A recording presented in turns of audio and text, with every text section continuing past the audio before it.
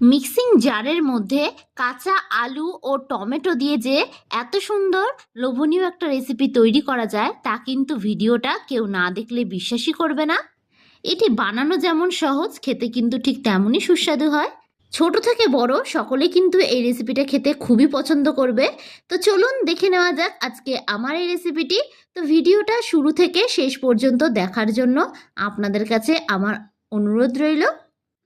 সবার প্রথমে আমি এখানে নিয়ে নিয়েছি একটা মিক্সিং জার। এবার আমি এর মধ্যে দিয়ে দেব আলু। এখানে আমি আলুটাকে এরকম ছোট করে টুকরো করে কেটে নিয়েছি।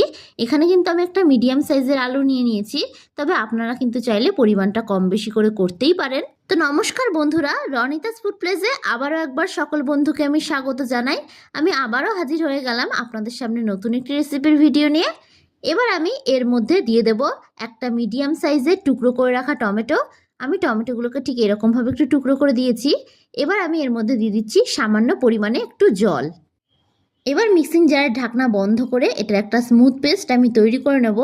জল দেওয়াতে কিন্তু পেস্টটা খুবই স্মুথ হবে। তো দেখুন এখানে ঠিক এইরকম একটা স্মুথ পেস্ট আমি তৈরি করে নিয়েছি। এবার এখানে একটা বড় মিক্সিং বোল নিয়ে নিয়েছি। এই বোলের মধ্যে আমি এই পেস্টটাকে দিয়ে দেব। পেস্টটা তৈরি করার সময় একটু খেয়াল রাখবেন যাতে পেস্টের মধ্যে কোনো ডেলা অংশ না থাকে। এবার আমি এর মধ্যে দিয়ে দেব স্বাদ অনুযায়ী নুন। নুনটা অবশ্যই আপনারা আপনাদের স্বাদ অনুযায়ী দেবেন। এবার আমি এর মধ্যে দিয়ে দিচ্ছি হলুদ গুঁড়ো ও দিয়ে দিচ্ছি এখানে কাশ্মীরি লঙ্কার গুঁড়ো ও এখানে আমি দিয়ে দেবো চিলি ফ্লেক্স। আপনাদের হাতের সামনে যদি চিলি ফ্লেক্স না থাকে তবে সেক্ষেত্রে কিন্তু আপনারা কাঁচা লঙ্কা কুচিও দিতে পারেন। এবার এটাকে খুব ভালোভাবে আমি একটু মিশিয়ে নেব। আমি এখানে লঙ্কার গুঁড়োটা দিয়েছি, এতে কিন্তু কোনো প্রকার ঝাল হবে না, শুধুমাত্র একটু কালারের জন্য আমি দিয়ে দিয়েছি। আপনারা কিন্তু এটা নাও দিতে পারেন। এবার এটাকে খুব ভালোভাবে আমি একটু মিশিয়ে নেব।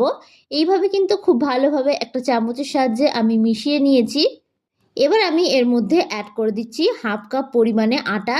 তবে আপনারা কিন্তু চাইলে এখানে আটার পরিবর্তে ময়দাও ব্যবহার করতে পারেন।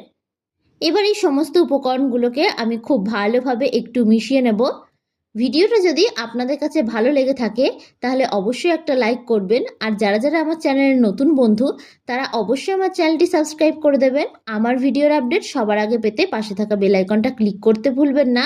আর যারা যারা ফেসবুক থেকে দেখছেন তারা রনিতাস ফুড প্লেস পেজটিকে ফলো করে দেবেন। তো দেখুন এইভাবে কিন্তু একটু খুব ভালোভাবে আমি মিশিয়ে নিয়েছি। আপনাদের চটজলদি কিছু বানাতে মন চাইলে এই রেসিপিটা অবশ্যই একবার বানিয়ে দেখতে পারেন। এই রেসিপিটি কিন্তু খুব তাড়াতাড়ি হয়ে যায়, আর হাতের সামনে থাকা মাত্র কয়েকটা উপকরণ দিয়ে আপনারা তৈরি করে ফেলতে পারবেন। তো দেখুন এটাকে কিন্তু খুব ভালোভাবে আমি মিশিয়ে নিয়েছি।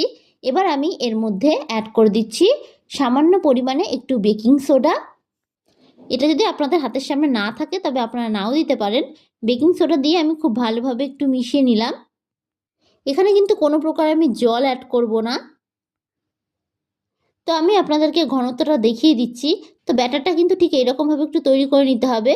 তো দেখুন ব্যাটারটা কিন্তু খুব বেশি ঘনও হয়নি আবার খুব বেশি পাতলাও হয়নি। এরকমভাবে ব্যাটারটা তৈরি করলে কিন্তু রেসিপিটা একদম পারফেক্ট হবে।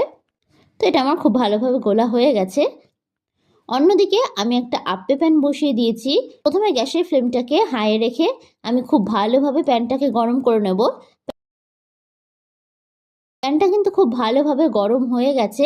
এবার আমি একটা ব্রাশের সাহায্যে প্যানের চারিদিকে এইভাবে একটু সাদা তেল মাখিয়ে নেব। আপনাদের হাতের সামনে যদি ব্রাশ না থাকে তবে সেক্ষেত্রে আপনারা একটা টিস্যু অথবা কাপড় দিয়েও তেলটাকে প্যানের চারিদিকে মাখিয়ে নিতে পারেন। এইভাবে কিন্তু পুরো প্যানের চারিদিকে আমি তেলটাকে মাখিয়ে নিয়েছি। এবার গ্যাসের ফ্লেমটাকে আমি মিডিয়ামে করে দিলাম। এবার আমি এর মধ্যে আগে থেকে যে ব্যাটারটা তৈরি করে রেখেছিলাম সেটা 1 হাতা পরিমাণে দিয়ে দেব।